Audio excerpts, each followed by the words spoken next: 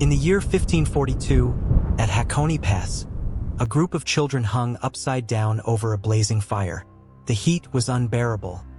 Too much for some, whose bodies gave out before the flames did. A group of men stood to the side, watching coldly. One of them signaled that number 6 had perished and ordered him to be discarded. Another scoffed at the lack of talent among this year's batch, calling them dullards with a twisted laugh. Their attention soon shifted to a boy who remained calm despite the fire licking at his body. He was the only one enduring the ordeal. They identified him as number 8. One of the men noted that he alone had survived and remarked on his natural affinity for fire release. The scene shifted to a battle where the same boy faced off against the others. When the fight ended, he was the only one left standing. Watching from the sidelines, a few men were stunned by what they saw. One of them acknowledged that, even at such a young age, the boy had mastered all of the Fuuma ninja arts. An elder declared that the child was destined to become the next leader. The year 1546, during the night battle of Kawagoe, the ground was littered with bodies. Across the blood-stained battlefield, a voice recalled the existence of those who had moved in the shadows of history, individuals born prodigies and molded by relentless, arcane training in assassination. These beings were known as the Kusa, or by other names like Rappa or Kamari.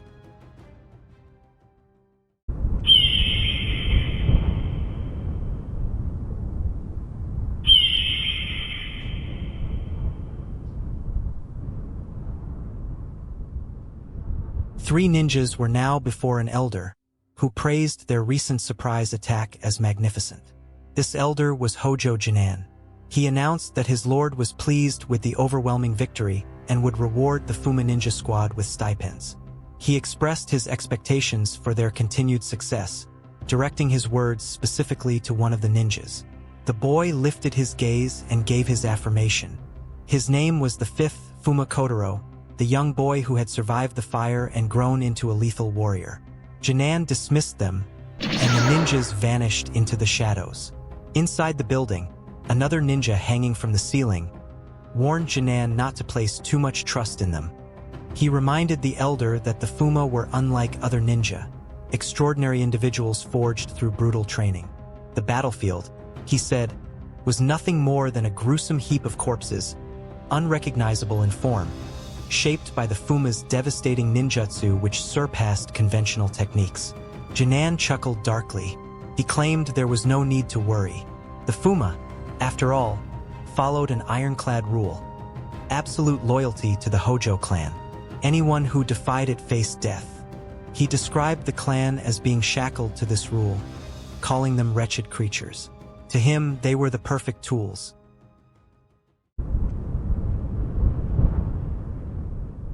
In the year 1579, during the Battle of Kasegawa, a general rode across the battlefield shouting for his men to seize the enemy commander's head and make a name for themselves.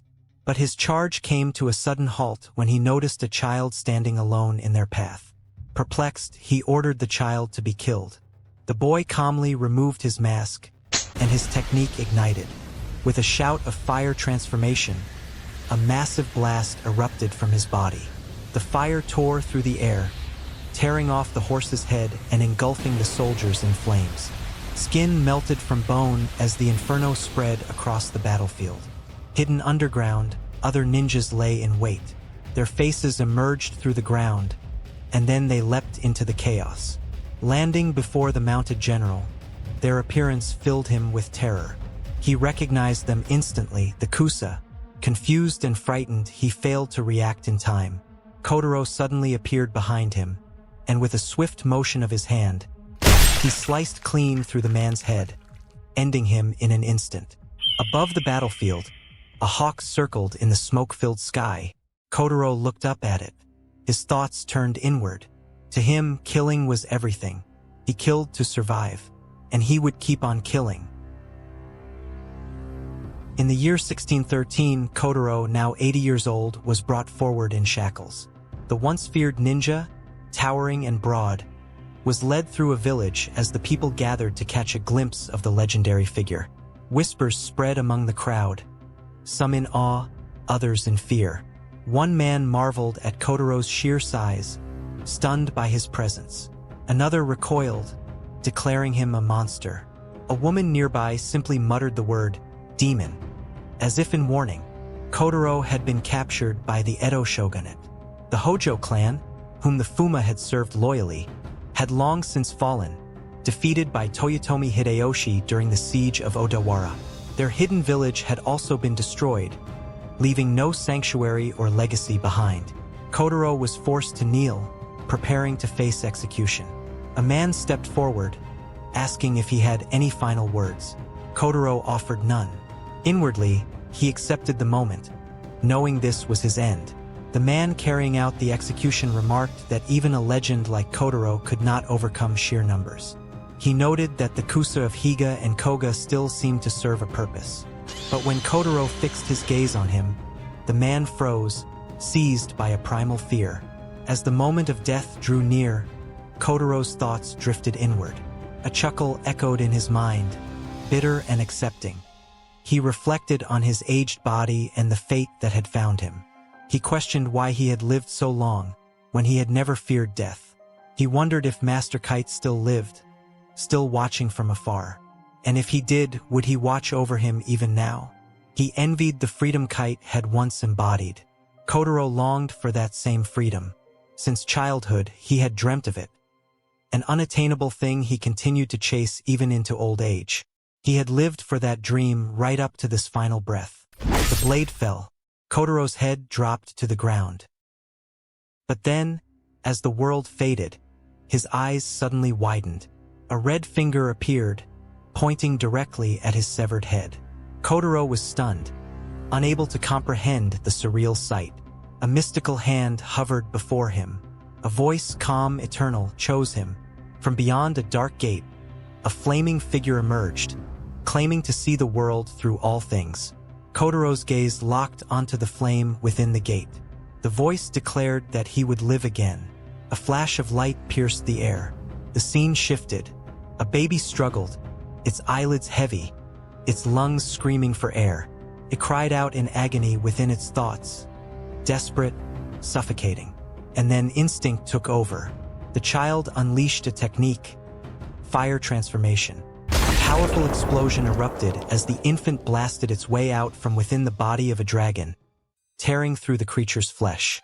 Floating in the air, the newborn's eyes took in the strange and mystical world around it. Below, the dragon's body crashed down with tremendous force, smashing into a castle and reducing it to rubble. As the dust cleared, the baby slowly rose to its feet. It looked up. Strange creatures emerged, green-skinned with sharp teeth and pointed ears. Demons, perhaps. Kotarou, now reborn, recognized the strangeness of this place. He lay on his back, staring into a sky that felt both foreign and vast.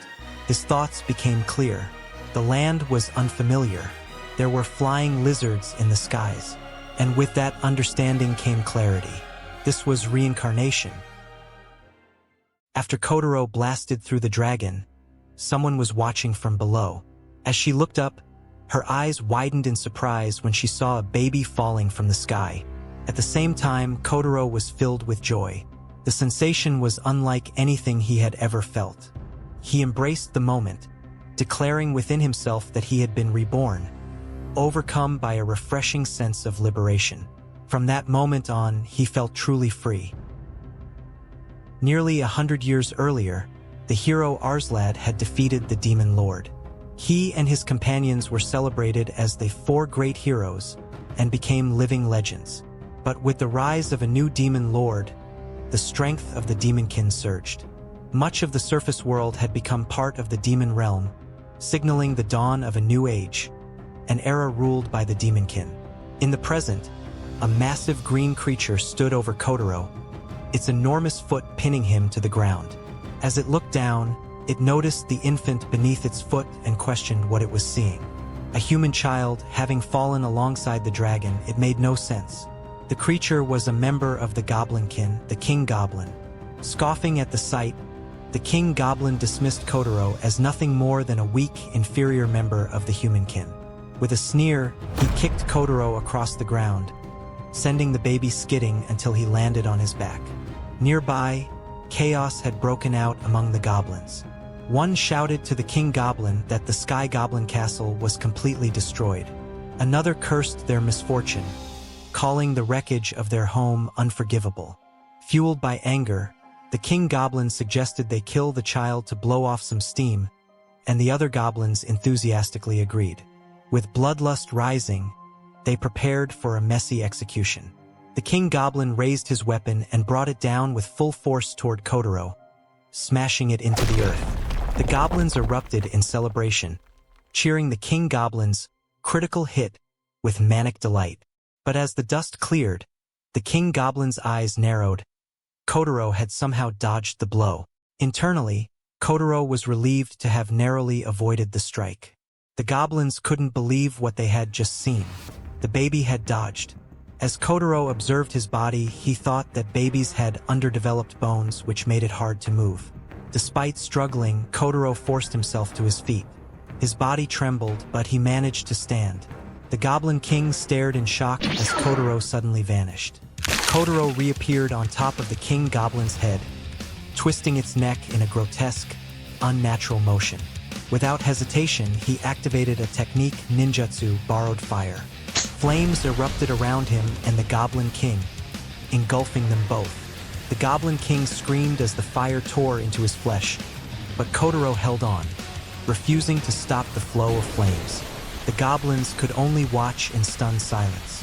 One of them stared in disbelief, trying to comprehend how a baby could wield such high-level magic. This wasn't just an advanced fire spell, it was something even greater.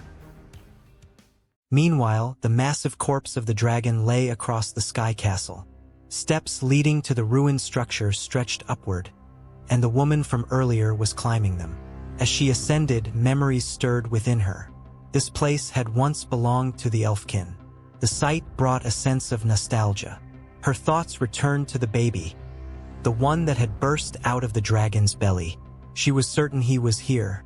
As she reached the upper level and looked around, she was met with a grisly sight. The bodies of goblins were strewn across the floor, torn apart in brutal fashion. Shocked, her eyes fell upon Kotarou, who fell to the ground, exhausted and spent from the battle. She slowly approached him, trying to comprehend what she was seeing. Could this baby truly have done all of this? Pulling back her hood, her expression shifted from disbelief to quiet recognition. She whispered to herself that she had finally found it, a tiny seed of hope. This woman was Hyrie Titania, one of the legendary 4 great heroes. A memory flickered into Kotarou's mind. He saw himself cradled in his mother's arms, his father beside her, smiling warmly. Confusion filled him as he tried to grasp the vision. The image of his birthplace emerged.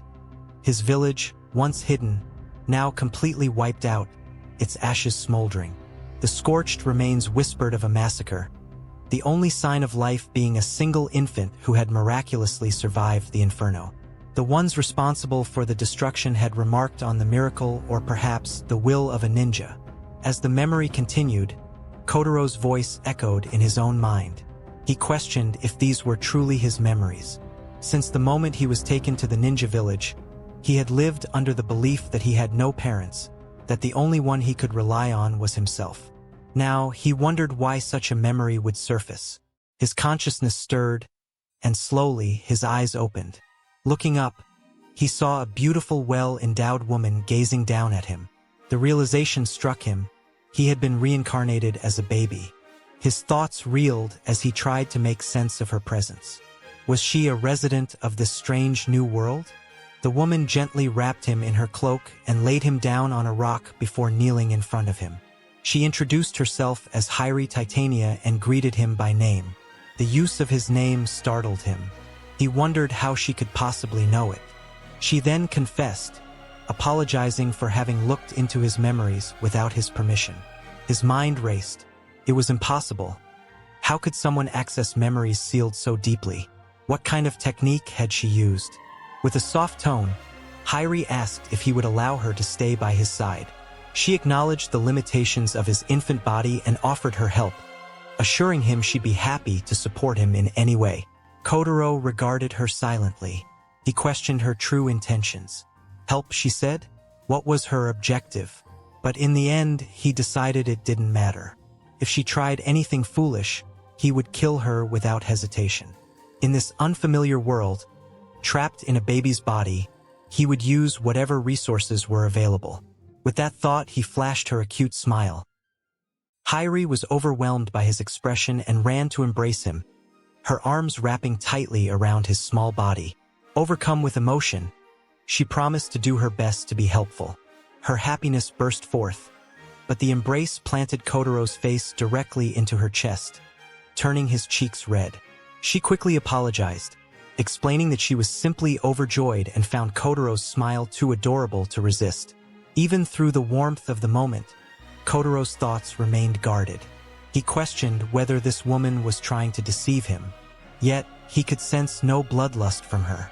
It defied everything he'd come to expect from people. How could someone like her even exist? But he dismissed the thought. No, the only person he could truly trust was himself. Kindness, it was a weakness, a dulling of the senses. That was exactly what they wanted, to tame him, break him, turn him into their obedient dog. That mindset, that poison, was their weapon. In this life, he wouldn't suppress who he was. Not anymore.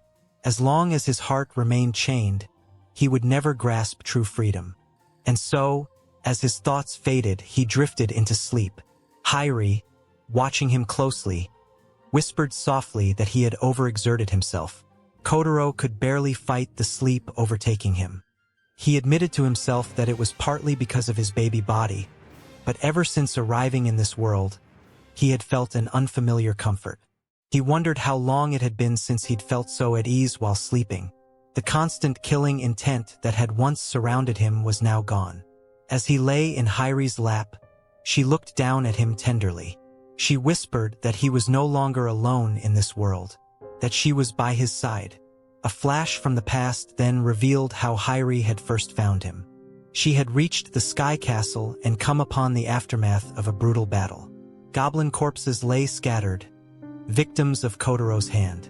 Stunned by the carnage, she questioned who had done this.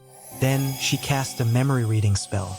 Placing a finger on his head, the spell activated, and Kotarou's memories flowed into her. She saw everything.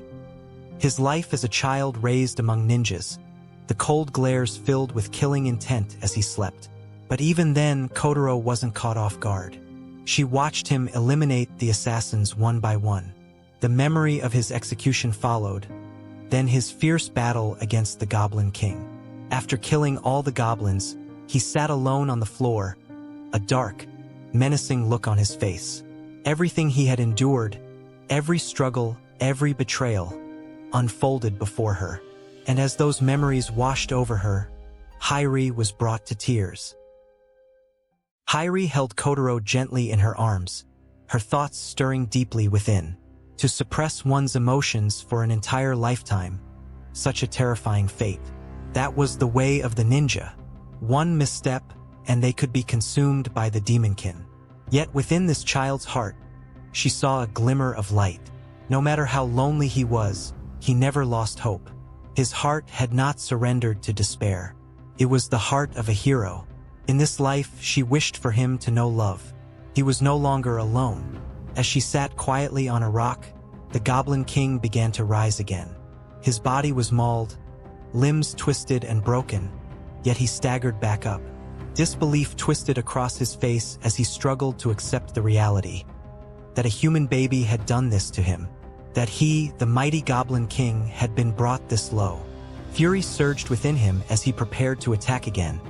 But just then, Kotarou stirred awake in Hairi's arms. His eyes snapped open, fixing the Goblin King with a sharp, piercing glare.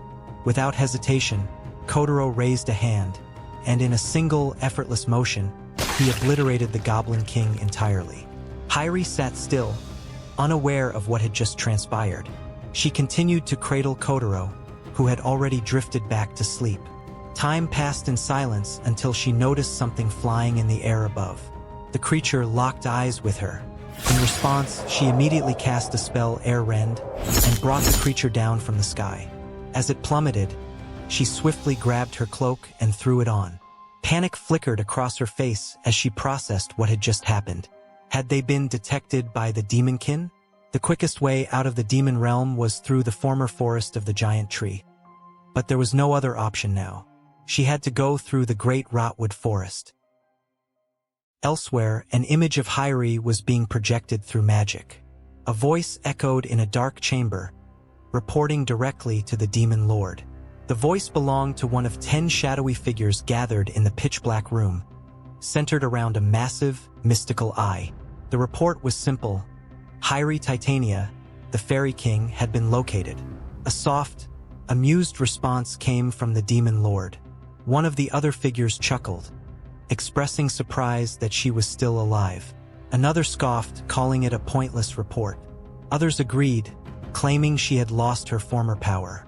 The image shifted to reveal the baby in her arms. What truly concerned them now was the child. As the scene played, showing Kotarou battling the Goblin King and tearing through other goblins with brutal ease, the room grew still with interest. Someone questioned whether the child could truly be just a baby. Another simply giggled. Then the demon lord gave his command. 10 demons were to kidnap the baby and kill the elf. The 10 figures responded in unison, accepting the order. A massive explosion shattered the forest as the scene shifted once again. Hyrie was running through dense woods, being relentlessly pursued by demons. She cursed under her breath. There were too many of them. In her arms, Kotarou's eyes were wide with excitement. The enormous creatures chasing them filled him with awe and curiosity. Hyrie urged him not to get too excited. If he fell now, they'd have no chance. They were outnumbered. The only option was to run. Suddenly, creatures descended from above, catching her by surprise. Without missing a beat, she cast the Grand Air Rupture spell, obliterating them midair. Kotarou watched from the safety of her arms, thoroughly impressed. He had never seen a ninjutsu like that before. This girl was quite skilled. But before he could finish the thought, a massive creature swooped down from above, threatening to strike. Fear overtook Hyrie's expression as she looked up, realizing the danger was far from over. Panic was written all over Hyrie's face as she clutched Kotarou tightly. She silently cursed herself, longing for the strength she once had. In stark contrast, Kotarou wore an excited expression as the monstrous creature lunged toward them. But before it could reach them, several small, winged, fairy-like beings appeared in the air, positioning themselves between the monster and the pair. One of the tiny creatures floated up to the beast, confronting it with a claim. It insisted the prey was theirs. The creature abruptly froze, then retreated in fear, vanishing into the distance. Kotarou's eyes widened in surprise as he looked up at the strange new arrivals. One of the fairy-like beings swiftly turned its attention to them and flew closer. Its cheerful form suddenly twisted, revealing a demonic face filled with disdain as it accused them of trespassing and called Hyrie a filthy elfkin. Fury surged through it as it prepared to attack. Hyrie looked up at the creatures cautiously, her thoughts steady and resolute. She knew deep down this was a path she could no longer avoid. Kotarou, meanwhile, looked at the fairies with bright, gleaming eyes, fascinated by their strangeness. The fairies began shouting at them, voices filled with hatred. They called Hyrie an irritating elfkin and demanded she hand over the baby so they could devour her. But before they could act, Kotarou suddenly launched forward, slipping his fingers between the thighs of the startled fairies. Their faces flushed red with embarrassment as they screamed in shock. One cried out in confusion, another in horror, calling him a pervert. Hyrie gasped when she realized Kotarou had vanished from her arms. She tried to warn him, these were no ordinary beings. They were vicious creatures, and provoking them was incredibly dangerous.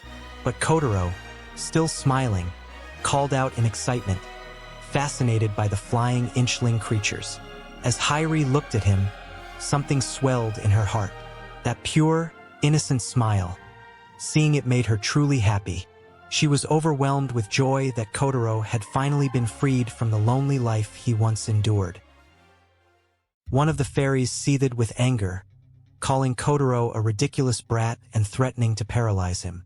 A green thorn began forming in its mouth.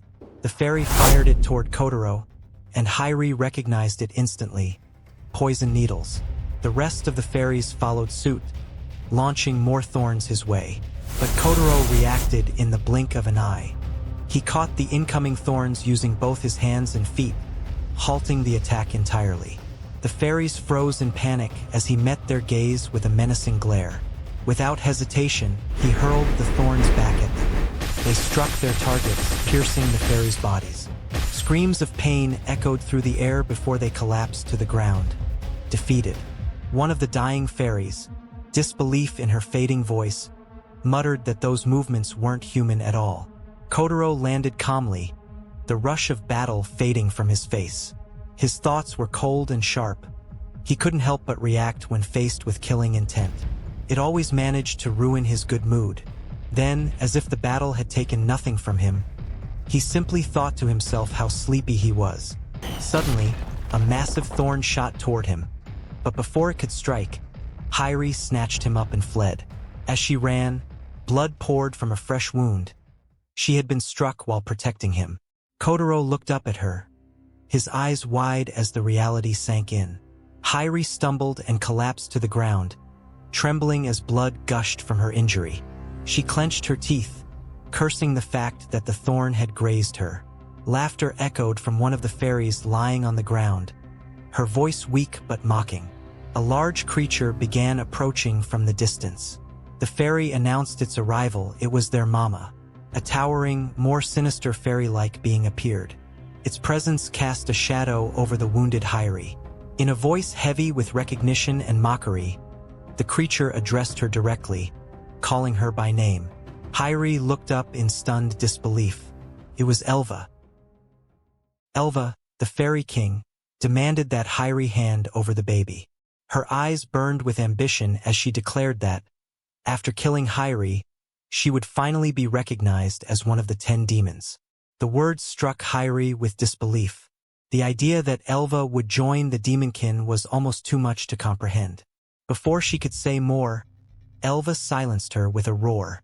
With a grotesque motion, she began pulling a weapon out from deep within her throat.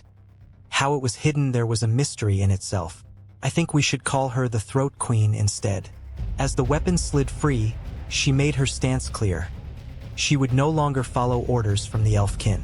After extracting her weapon, Elva launched a sudden attack.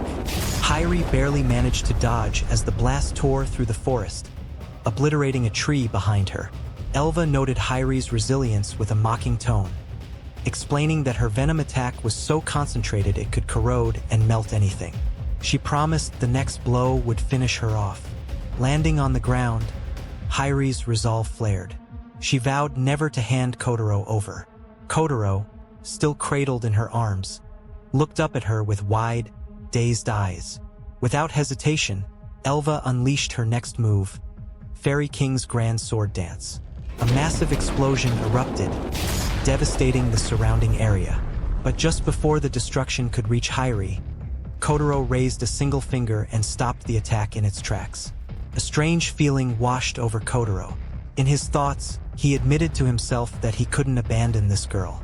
Face to face now, Elva stared at him in shock.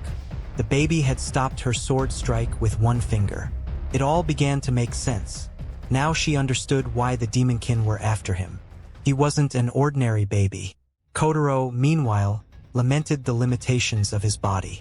It lacked stamina, but for a technique of that level, he could manage. With that, he launched his own counterattack, ninjutsu Finger Sever. The technique cut through Elva's body effortlessly. Blood spewed from her mouth as she staggered back, stunned, unable to comprehend what had just happened. Before Kotarou could finish her, Hairi stepped in, pleading for him to wait. She asked him not to kill Elva. Elva, still trying to hold herself together, questioned Hairi's actions. Hairi answered with conviction. She wanted to save her. Kotarou looked up at Hairi as she began recounting the past. Once upon a time, the Elfkin and the Fairykin lived together in peace within the forest. It had been a bountiful land known as the Forest of the Giant Tree. The Elf King and Fairy King had formed an alliance. Elfkin governed with wisdom, while Fairykin, with their strength and numbers, defended their shared home. But that alliance had a darker truth. The Fairykin were used by the Elfkin, seen as inferior in civilization and intelligence. Over time, resentment and hatred grew. War broke out between the two races. Hyri had been young then, powerless to do anything. Kotarou, remembering his previous life, mused that it was the same in every world, those who used and those who were used. And now, here was a girl with such spirited conviction, even at her young age. When Hyri revealed that this war had happened only 150 years ago, Kotarou was taken aback. Was this girl older than him? What kind of world was this? Elva, meanwhile, dismissed Hyri's words. She called the story an old tale that rotted the ears. As she spoke, she transformed. The poison, she said, should have already coursed through Hyri's body. She was ready to kill her, ready to ease the regrets of the Fairykin by ending the life of a princess. Hyri tried desperately to stop her, crying out that this conflict was meaningless and would only lead to destruction. But Elva would not be swayed. She screamed that this was her mission.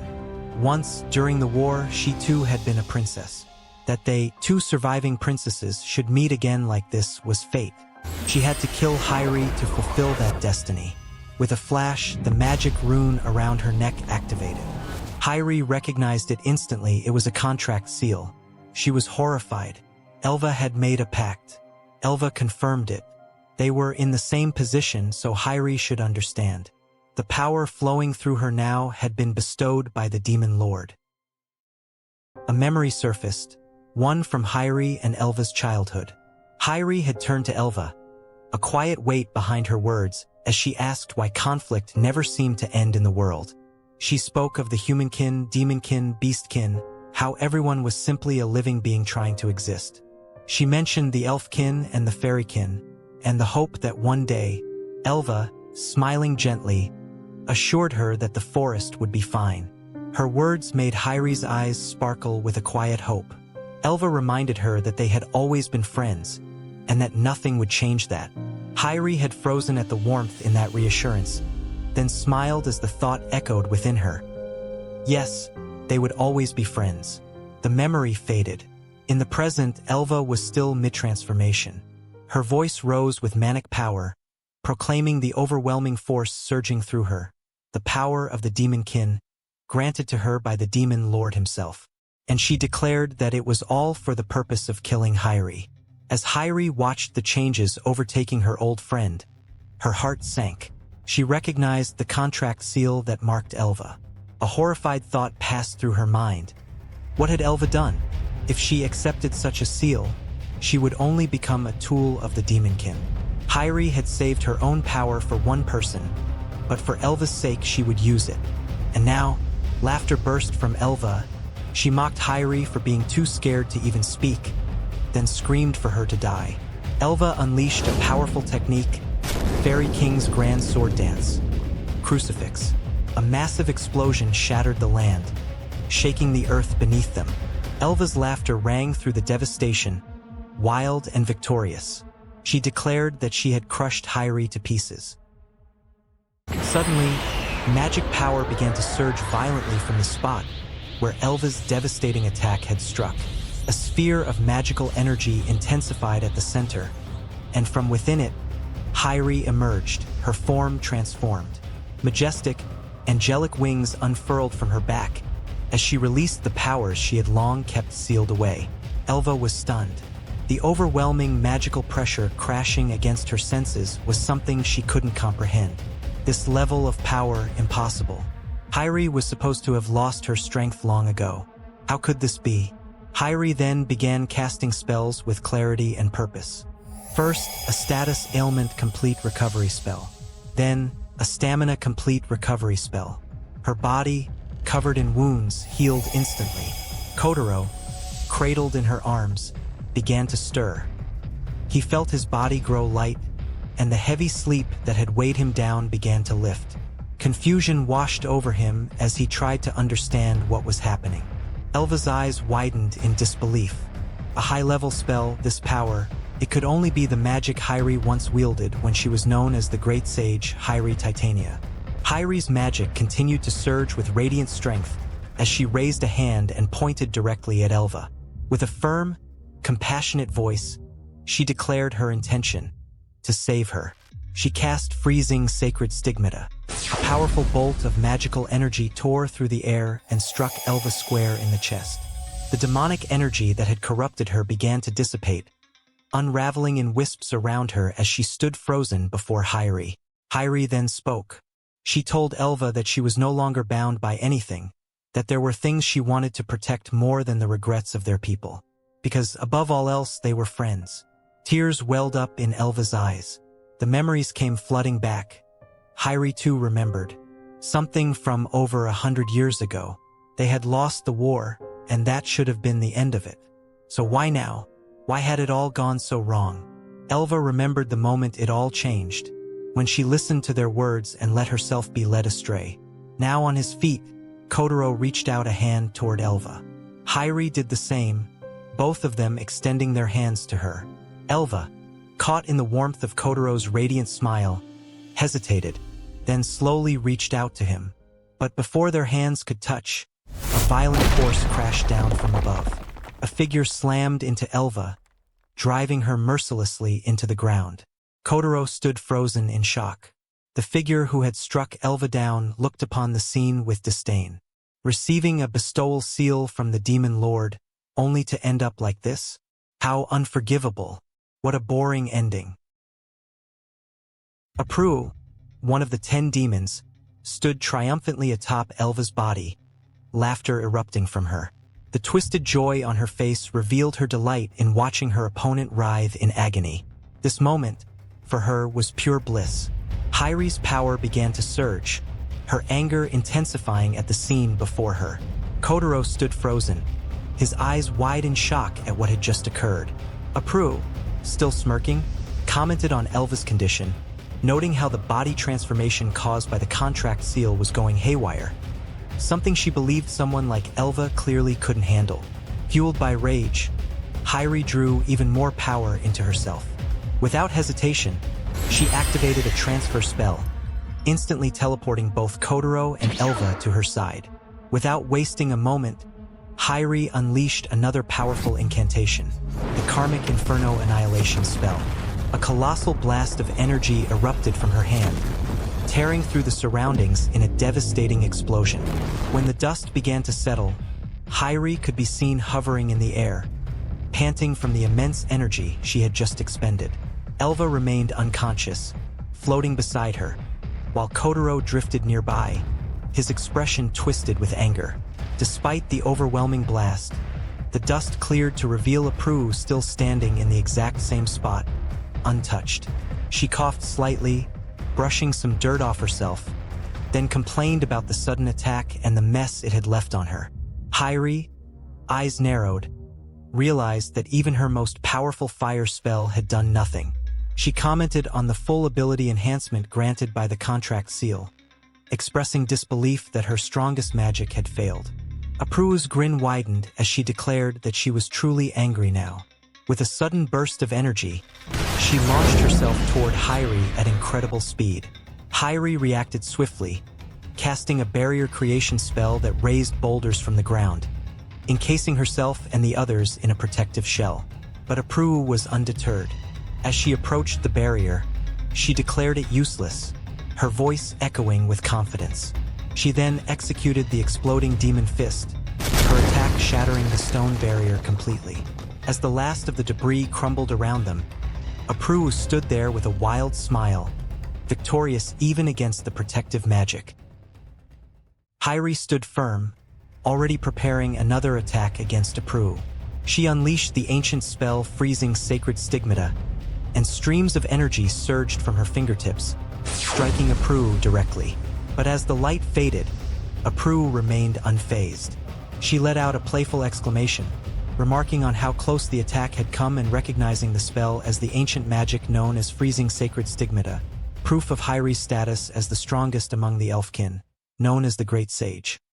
Then, with a mocking smirk, she corrected herself, former Great Sage. Hairi dropped to her knees, her body trembling, completely drained from the relentless magic she had expended. She stared down at her hands, shocked by the emptiness within. Her voice trembled with disbelief as she realized her magic was fully depleted. Kotarou looked down at her with disappointment. The thrill of combat faded from her expression as she scoffed at how little strength remained in the once great mage. She mused aloud whether Hairi's true power had been sealed within a magic stone and had only returned temporarily. Whatever the case, it no longer mattered. She told Hairi to just die. But before she ended it, Kotarou leaned forward with a smirk and said she would share something interesting. Something she had also once told the Fairy King. A flashback appeared, showing Elva kneeling before the 10 demons. Kotarou stood in front of her, speaking directly to her. She asked if Elva was okay with how things were, the regret of her comrades, the humiliation. She spoke of the wonderfully furious emotion hidden deep inside her, and questioned whether she was going to live her life suppressing it. She told Elva to be angry, to let her anger out, saying that dark emotion was fitting for a demonkin. Kotarou claimed the demon lord would be pleased, and that with her power, the power of the fairykin as a warrior race, it would be enough. Back in the present, Kotarou laughed hysterically. She said she had only been kidding, calling Elva as dumb as a bug. She mocked the fairykin, saying they were numerous and worked well as pawns, easy to use. Then she pointed out that Hairi, as an elfkin, would know that very well. Hairi shouted back at her in anger, trembling, saying she had toyed with her best friend.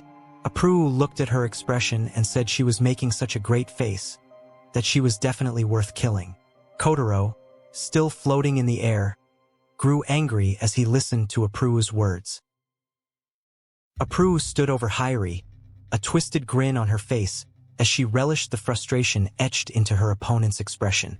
With a burst of manic energy, she declared her intention to send Hairi to her grave. Hairi, barely able to contain her rage, spat out her fury, cursing Kotarou as a demonkin. Unfazed, Kotarou relished the moment, eager to hear Hairi's final scream. She began gathering power, preparing to unleash a devastating attack. As she launched her signature move, Exploding Demon Fist, a sudden figure shot between them. Kotarou intervened in a blur of motion, intercepting the barrage of attacks. He caught Kotarou's fist mid-strike and stood firm between her and Hairi. Kotarou's eyes widened in disbelief, stunned that he had managed to halt her assault. The air changed as Kotarou fixed a menacing glare on her. A wave of danger rolled off him, making Kotarou instinctively shriek. Without hesitation, Kotarou activated a technique, ninjutsu redirection. As the energy from Kotarou's attack was returned, her body was ripped apart, obliterated into scattered chunks.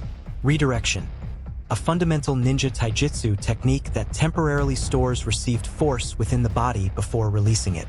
Hairi watched in awe, whispering in amazement at what she had just witnessed. Internally, Kotarou reflected on his nature. Killing had always been everything to him.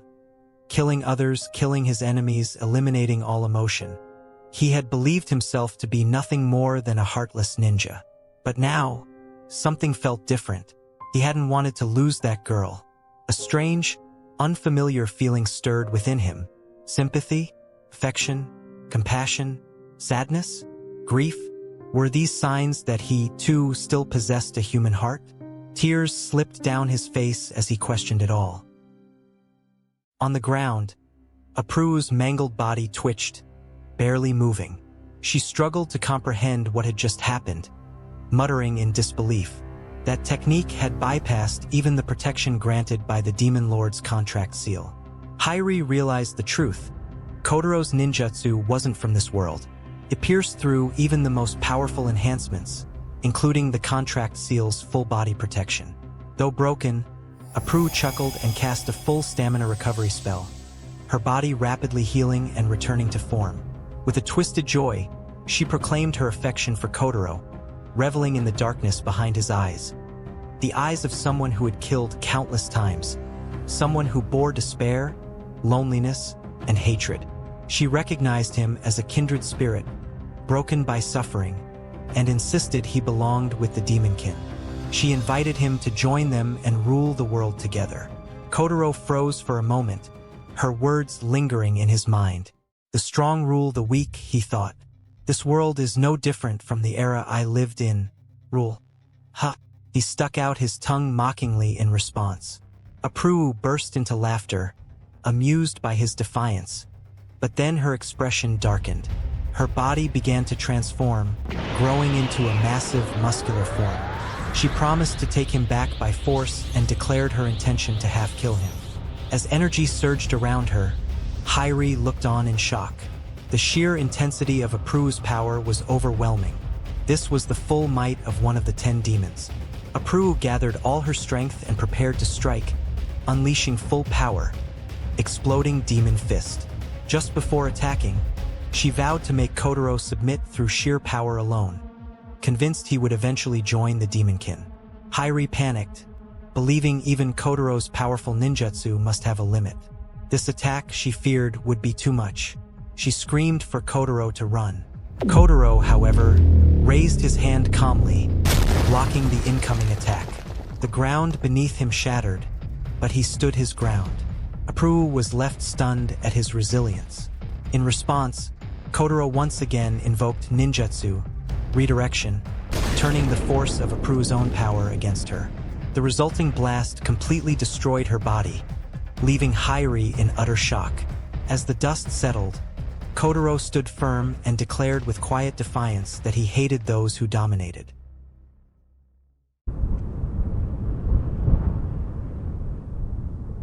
After finishing off Kotarou, Kotarou remained standing for a moment. His eyelids grew heavy, and his body began to sway, exhausted from the battle. Hairi quickly rushed to his side, embracing him tightly. She thanked him for saving them and urged him to rest. Slowly, Kotarou closed his eyes and drifted into sleep in her arms. Nearby, Elva lay on the ground, chuckling weakly as she watched. She marveled at the strength of the humankin baby who had managed to obliterate one of the 10 demons with a single blow.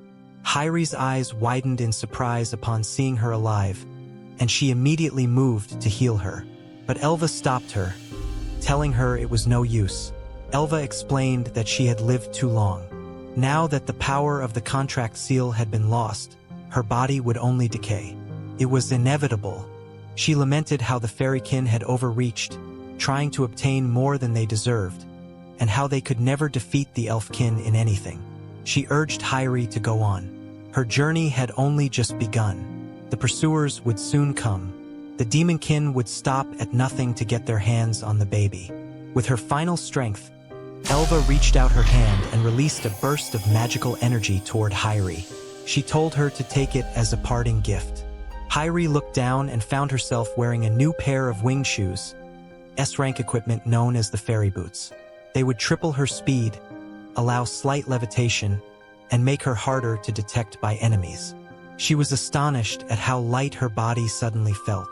Elva instructed her that if she had nowhere else to go, she should head far east of the forest, beyond the Warlord Mountains to a place called Hydrat. It was the only land in the world not yet turned into a demonic realm. It was still resisting the demonkin and stood as the last stronghold. There, strong individuals from around the world were being gathered. With the boy at her side, she might just... Elva's voice trailed off as her body began to wither away.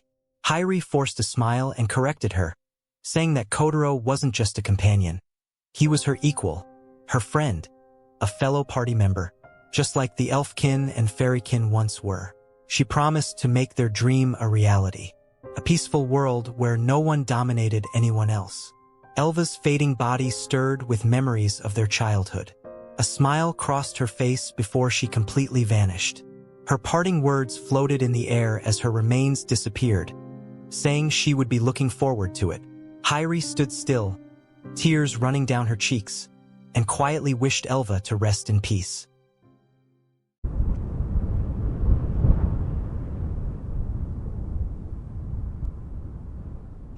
The scene shifted. On the ground lay Kotarou's severed eye. In a sudden burst of energy, her entire body regenerated. Panic and disbelief overtook her expression.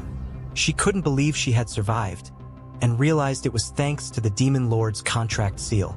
Shocked and unsettled, she tried to process how Kotarou had deflected her full-powered demonic fist technique. She knew now he wasn't normal. Then a voice rang out in her mind. The Demon Lord's voice. He expressed his disappointment in her. Kotarou gasped and stammered in fear, addressing him with desperation. He reminded her how he had picked her up when she was near death after the annihilation of her clan by the humankin, and how he had granted her power. As the contract seal around her neck began to tighten, choking her, he mocked her origins, calling the ogrekin a weak and lowly species. Kotarou begged him to wait. She reminded him of the torment she had inflicted on others and vowed to continue meeting his expectations. But her pleas were in vain.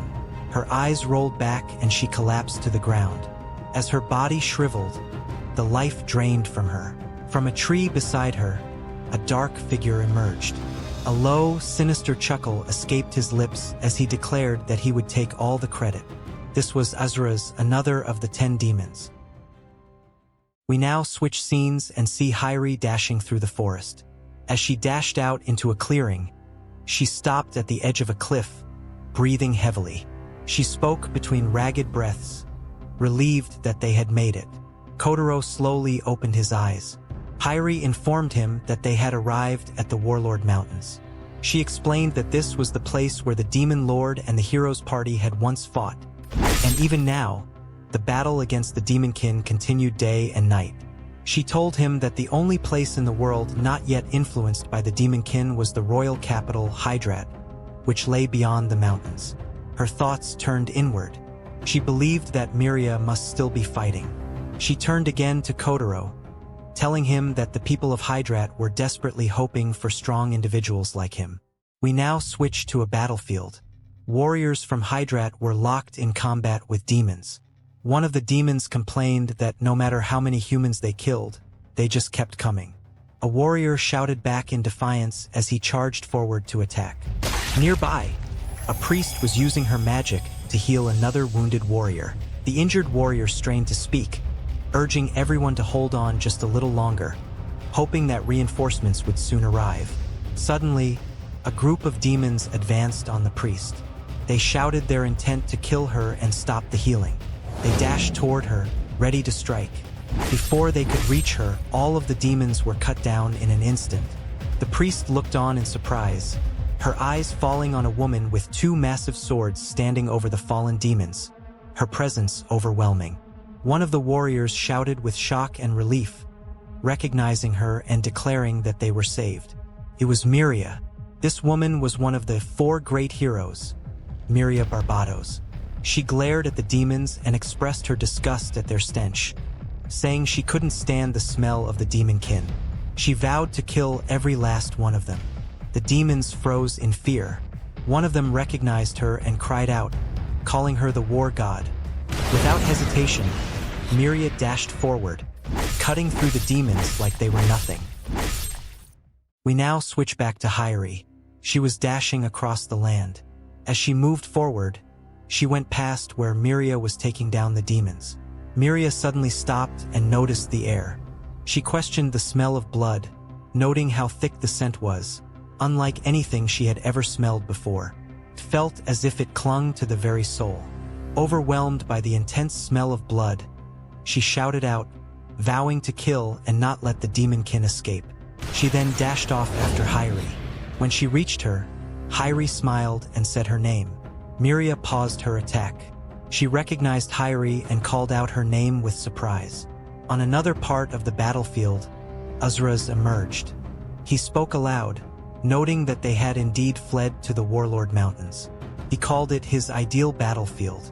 Referring to Kotarou, he remarked that he was not to be underestimated. He then declared that he would take this opportunity and slaughter them all, laughing as he said it. Miria's voice trembled with shock as she questioned why Hyrie was there. Her gaze then dropped to the small child in Hyrie's arms, clearly stunned to see a human baby.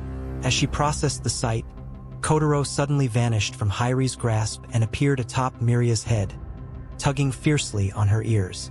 She screamed in surprise, flailing as she tried to understand what was happening. The sensation tickled unbearably, and she couldn't believe the baby had gotten up there so quickly. Confused and frustrated, she tried to make sense of how he had managed to climb onto her head in the first place.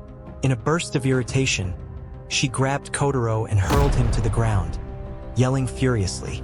Hairi let out a startled scream, horrified to see the baby flung so roughly. Before anyone could react further, a series of violent explosions erupted around them. As the dust settled, eerie pillars of skeletons began emerging from the earth. Both Miria and Hairi stared in shock at the grotesque sight. Off in the distance, Azraz chuckled to himself, watching the chaos unfold. He mused that this place had long been a battlefield, soaked in centuries of war. With tens of thousands of corpses at his command, he began casting a spell. The spell, tens of thousands of evil brutes, necromancy spell, took hold as the skeletal army shot towards the group. Azraz reveled in the moment, laughing at the absurdity and satisfaction of it all. To him, it was comical to see the foolish dead humans killing one another, all now under his control. As the horde of skeletons closed in, Miria launched into battle, slicing through the undead with ease. As she fought, she realized what these creatures were and cursed the demonkin for continually doing things that infuriated her. With a fierce shout, she unleashed an attack called Fang Sword, cutting through the skeletons in swift, precise strikes. For a moment, silence fell. Then more skeletons burst from the ground. Hairi, overwhelmed, realized the onslaught had no end. Her face was painted with fear and disbelief. Miria pressed forward, slashing relentlessly as she spoke, trying to deduce that somewhere nearby a demonkin must be controlling them. But before she could finish her thought, she let out another surprised scream. Kotarou had latched onto her tail. The sensation caught her off guard. He clung to it tightly, clearly enjoying its fluffiness. Miria, utterly exasperated, threw him to the ground again, this time even more furiously. Her frustration boiled over as she threatened to end his antics once and for all. Suddenly, Azraz made his move.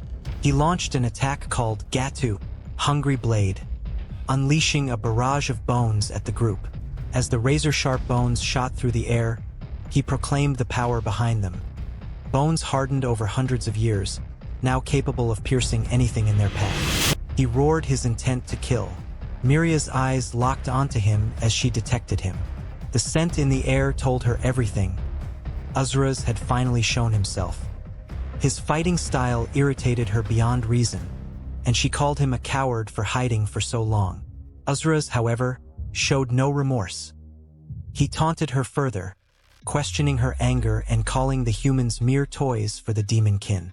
He mocked the weakness of humankind and declared that if the demon lord had truly wanted to, he could have destroyed Hydrat in a single night. He laughed, finding it all amusing, delightful, and deeply satisfying. As Miria tried to deflect the vicious assault, her sword suddenly snapped under the pressure. She stared in disbelief as the blades broke in her hands. Then, without warning, Kotarou appeared in front of her.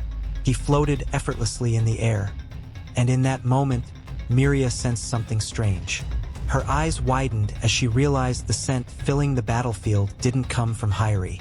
It was far more intense, an overwhelming smell of blood clinging to the very soul itself. It was coming from Kotarou. She finally understood that this child was no ordinary human. Meanwhile, Kotarou regarded the skeletal army with disdain. To him, controlling corpses was a mundane technique, nothing worth fearing. He raised a hand and activated a forbidden technique of his own. Fuma's 12 forbidden arts, summoning from the underworld. The ancient ninjutsu of the Fuuma was known to surpass all ordinary techniques. Even the famed ninja clans, Iga, Koga, Seseki, Mochizuki, Nagoro, could not hope to reach the hidden realm it drew power from. Yet, by repeatedly wandering the border between life and death, some Fuuma practitioners had achieved something unthinkable.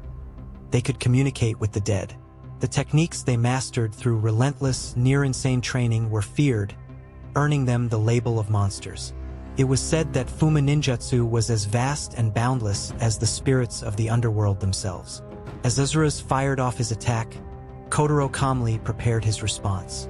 In his mind, he invoked the ancient rite, calling upon the sleeping souls of the land through a blood oath.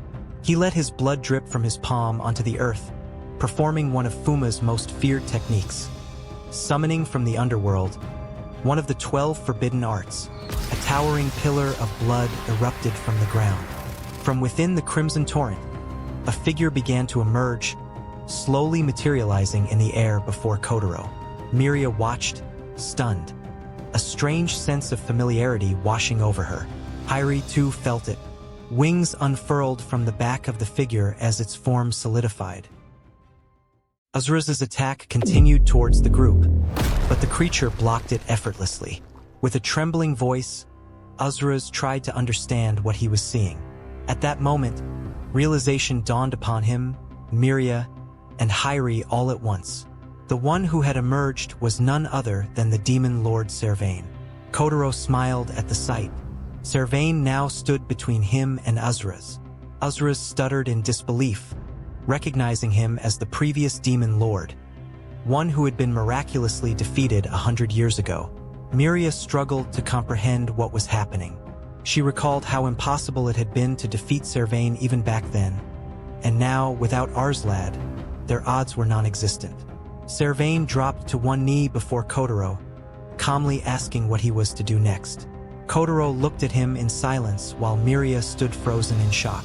Hairi could hardly process the sight. Servain, the former demon lord, was obeying Kotarou as though he were his master. Azura's was shocked.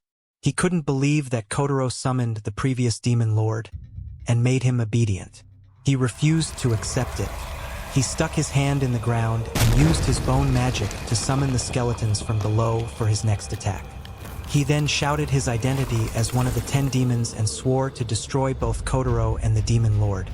He trapped Servain with a barrage of bones and descended from above with a massive bone strike. Servain, unfazed, raised a single finger. The attack halted on impact. Azura's could only mutter in disbelief before Servain retaliated. With nothing more than a flick of a finger, a massive explosion was unleashed. It blasted Azura's away and completely obliterated the surrounding terrain. As the dust settled, Servain turned to Kotarou and once again knelt. He asked what his master wished of him now. Kotarou simply responded with an innocent smile. Azura's, one of the feared 10 demons, had been killed in an instant. Hairi, watching the scene unfold, processed the reality before her. Kotarou had made the real former demon lord his subordinate. She knew it was no illusion. Miria, startled by the turn of events, demanded answers from Hairi. She reminded her that she had left claiming she was searching for the seed of hope, and now she was asking if this child was truly that hope. Hairi confirmed it without hesitation. Kotarou was the hope of their world. Servain, the once defeated demon lord, began surveying the battlefield. He took in the sight of the fallen demons scattered across the area. With a weary tone, he reflected on how despite the countless decades or centuries since his fall, nothing had changed. Not Miria, not the world. Miria, angered by his words, lashed out. She blamed the demon kin for the chaos and suffering in the world, furious at his detached disappointment. Servain calmly replied, pointing out that it was they who originally ruled. His words struck Miria silent. Servain spoke with a detached tone, explaining that the demon kin had been oppressed for so long. He had simply carried that resentment because it was his fate, born as the strongest among all demon kin. But now none of it mattered anymore. The world, in his eyes, was full of heedless fools. He then turned to Kotarou and asked what his wish was, referring to him as his lord. Deep inside, Servain wondered if he was destined once again to fight and kill as a familiar. Kotarou smiled softly, and his thoughts echoed a desire for peace. He didn't want to dominate anyone. Struggling to find the words, he finally managed to say that he hated domination and that Servain was free. The words stunned Servain. He froze, unable to believe what he had just heard. Miria, still trying to comprehend the situation, turned to Hairi in disbelief, demanding an explanation. Hairi, tears flowing down her face, couldn't believe that Kotarou had spoken. She picked him up gently and expressed her agreement with his words. She too hated domination. Servain let out a laugh. He acknowledged that there were still unusual beings in the world. He looked at Kotarou, who remained in Hairi's arms, and after a short pause asked if Kotarou truly wanted him to come along. Kotarou continued to smile in response. Suddenly, the ground beneath them began to rumble, catching everyone off guard. Cracks split the earth, and from below, two massive hands erupted upward, shooting toward the sky. The group found themselves lifted and standing in the palm of the giant hands. Hairi immediately checked on Kotarou, asking if he was all right. Kotarou responded with a cheerful, innocent sound. Miria looked around, confused and irritated, wondering what was happening now. They stood silently for a moment before realizing that they were no longer alone.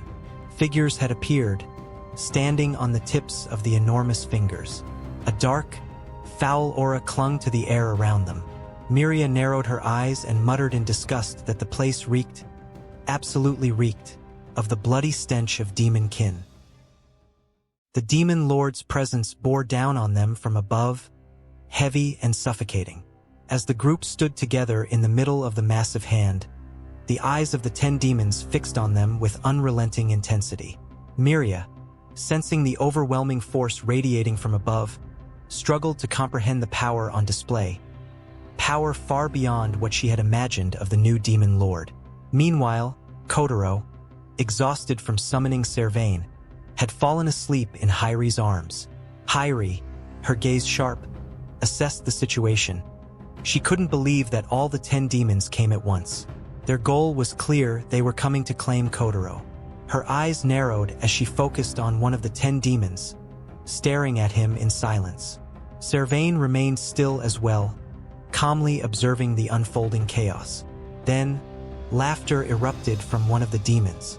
Noting that killing number 10, Apru, and number 9, Uzras, had opened up rare vacancies among the 10 demons, a first in decades.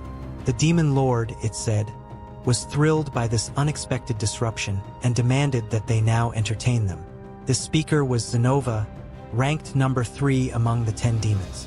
Despite his fatigue, Kotarou struggled to stay conscious in Hairi's arms. His mind raced with frustration over his helplessness, lamenting the limitations of his infant body. As tensions rose, Miria snapped. Enraged by Zenova's words, she lunged forward, determined to fight back. Before she could land a blow, however, a sudden magical blast struck her, piercing a square-shaped hole through her body. The attack came from another of the 10 demons, Deporapopper number 4, who dismissed her coldly, stating that the 4 heroes were no longer needed. Hairi shouted in shock at what had happened to Miria, who herself was stunned as she looked at the geometric wound carved into her torso. But before she could recover, a second attack struck her. This time, her entire body was encased in a crystalline substance, locking her in place. Laughter echoed from the one responsible, Hildark number 7, who admired his handiwork, declaring her his newest art piece. Hairi began to panic at the horrifying sight, but her alarm was cut short when something smashed into her, pinning her violently to the ground. A strange creature loomed over her, and a child sat on its head, grinning wickedly. The child called her a weakling and ordered her to stay down. These two together were April and Galen, ranked number 8 among the 10 demons. Hairi screamed as Kotarou's small body was flung from her grasp, bouncing across the ground until it landed beside Servain. As Servain looked down at the baby, yet another demon charged at him, sword raised for an attack. With calm precision, Servain raised his hand and blocked the strike effortlessly. He recognized the attacker immediately, Arzlad, number 2 of the 10 demons. Watching the encounter unfold, Hairi knew what had to be done. The only way to save Arzlad now was to kill him. Then, suddenly, a hand rested gently on Servain's shoulder. Without warning, a figure materialized beside him. A demon, smiling casually, greeted him. This was none other than the demon Lord Jura. Jura apologized, explaining that anything he directly touched would break due to the overwhelming strength of his magical power. However, he noted that something like this should be nothing for the former demon lord. Suddenly, Servain's flesh morphed unnaturally, and a grotesque form erupted from his body. He spat blood as it happened.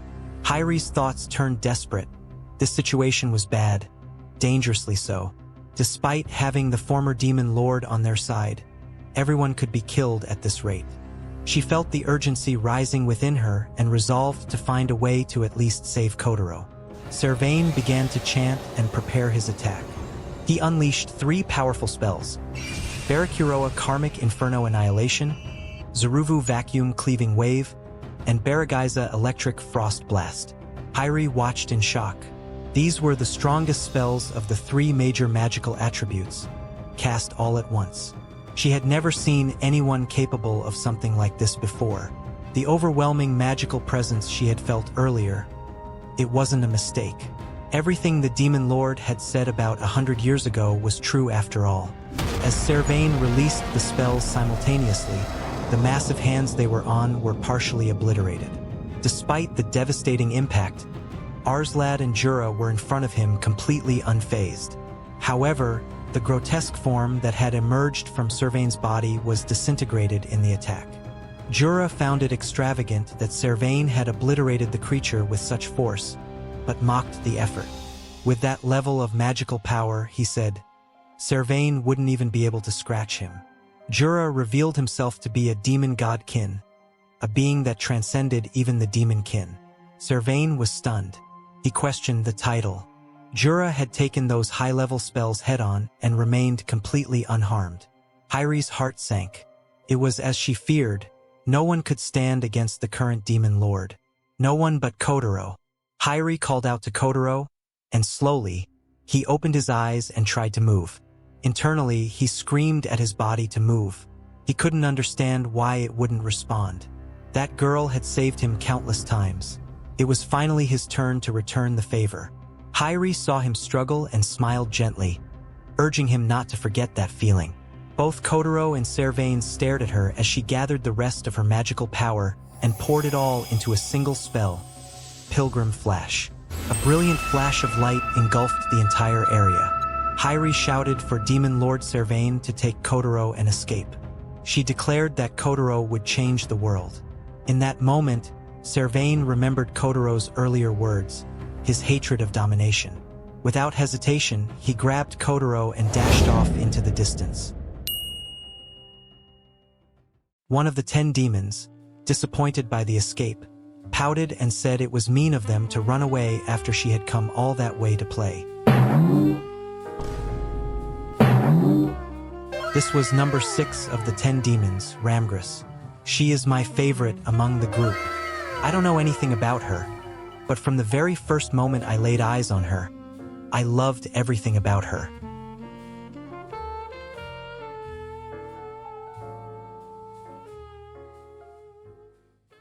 Another of the 10 demons jumped in excitedly, declaring it was now his turn. Confident in his speed, he announced he wouldn't lose. This was number 5, Igni. Jura then appeared beside him and proposed something intriguing. He suggested that it might be worth trying to draw the baby into the demon kin. Using Miria and Hyri, he proposed filling the current vacancies in the 10 demons with them. One of the 10 demons erupted in laughter, declaring it a brilliant idea.